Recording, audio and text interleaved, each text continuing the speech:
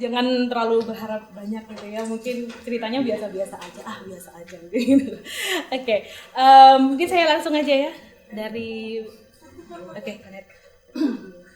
Oke, saya berasal dari salah satu desa kecil di Kabupaten Jember, Jawa Timur. Ini masa kecil saya ya sangat bahagialah, selayaknya anak-anak desa begitu ya. Saya bersekolah di salah satu sekolah di desa saya. Teman-teman saya baik, dan guru-guru saya juga baik juga.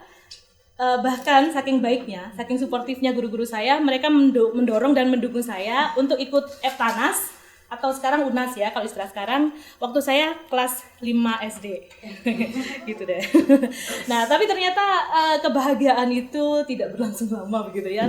Kedua orang tua saya karena alasan ekonomi, mereka harus merantau, dan episode itu sepertinya episode paling dramatis, paling sinetronis gitu ya dalam kehidupan saya banyak mendapatkan physical abuse. Kalau verbal abuse sih biasa, psychological abuse seperti itulah. Oke. Menjelang SMP, saya dari tadi kelas 5 ya, dan saya harus melanjutkan SMP karena orang tua saya tidak ada di desa saya, jadi saya harus apa-apa sendiri gitu ya. Jadi saya harus cari sekolah sendiri, saya sekolah di mana ya, daftar di mana, gimana caranya, ya udah berangkat sendiri begitu ya. Dan di sekolah SMP ini saya paling di SMP saya ini saya paling grogian gitulah. Jadi kalau misalnya saya harus maju ke depan, selalu ada kursi atau meja yang roboh gitu, saya tabrak gitu ya, saking groginya. Dan setelah lulus SMP, saya what's next? Teman saya mengajak, ayolah kita daftar di SMEA waktu itu, Sekolah Menengah Ekonomi Atas di kota. Wah, gimana? Jadi saya orangnya sih dablek dan nekat gitu ya. Oke lah, jalan aja. Jadi saya daftar sendiri, dan ternyata teman saya malah nggak ikut jadi daftar, jadi saya sendirian di situ ya. Begitu. Dan alhamdulillah ya keadaan ekonomi tetaplah masih gitu ya, jalan ke sekolah biasa, makan nggak makan ngumpul ya. Nggak makan sih udah biasa gitu ya. Alhamdulillah waktu saya kelas 2 saya dapat beasiswa dari PPKIJ, Pusat Pendidikan dan Kebudayaan Indonesia Jepang. Jadi saya jadi anak asuh orang Jepang gitu. Meskipun nggak pernah sempat ketemu orang tua asuh saya. Nah, sekarang setelah SMEA orang-orang di sekitar saya pasti mereka pikirnya kerja gitu ya, karena SMEA kan. Jadi saya waktu itu jurusan saya pariwisata. Nah, waktu SMA itulah mungkin saya yang banyak belajar tentang performance, tentang public speaking. Saya diajari bagaimana jalan di catwalk gitu lah. Sekolahnya asik banget. Untung aja. Jadi kuliah, orang tua saya, kuliah kamu mau pakai uang apa gitu ya? Emang kita bisa biayain kamu kuliah? Saya mikirnya saya mau kuliah di UGM. UGM ya udah, UGM jauh banget. Jadi di UNED aja belum tentu bisa biayai gitu ya. Untungnya PPKIJ tadi itu yang ternyata mereka mau membiayai kuliah anak-anak asuhnya sampai kita di jenjang universitas. Nah, di waktu saya kuliah juga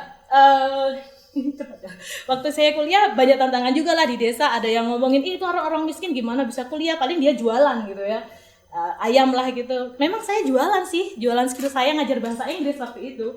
Saya ngajar di salah satu lembaga bahasa Inggris di kota saya. Memang kehidupan ekonominya lebih baik, tapi kuliah saya molor. Nah, tapi ada untungnya juga, karena memang waktu nggak pernah salah.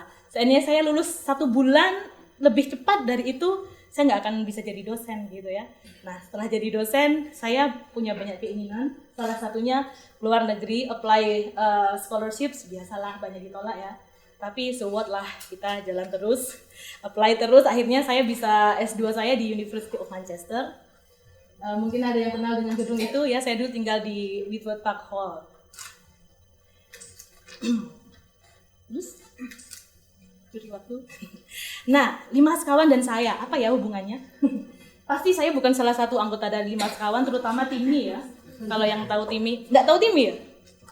Nggak ada yang tahu Timmy. Oh, ada yang tahu ya. Jadi saya bukan Timmy pasti. 5 sekawan memberikan inspirasi banget ke saya, terutama membuat saya berani bermimpi besar. Saya dulu kalau baca 5 sekawan, saya itu pingin piknik di suatu park yang hijau, yang ada hillnya begitu.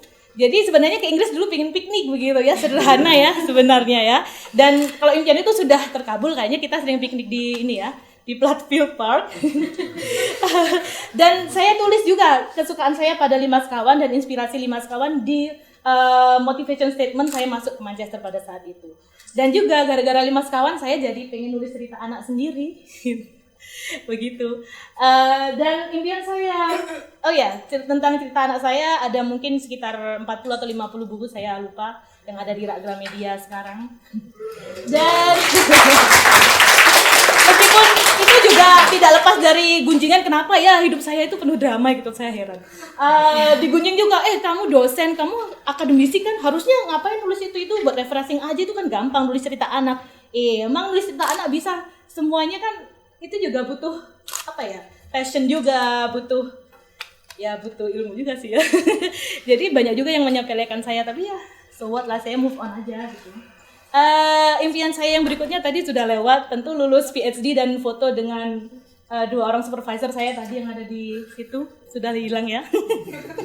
Itu supervisor saya. Dan saya juga ingin sih membantu anak-anak desa yang mungkin nasibnya seperti saya dulu. Ini puisinya sempat dibaca nggak ya?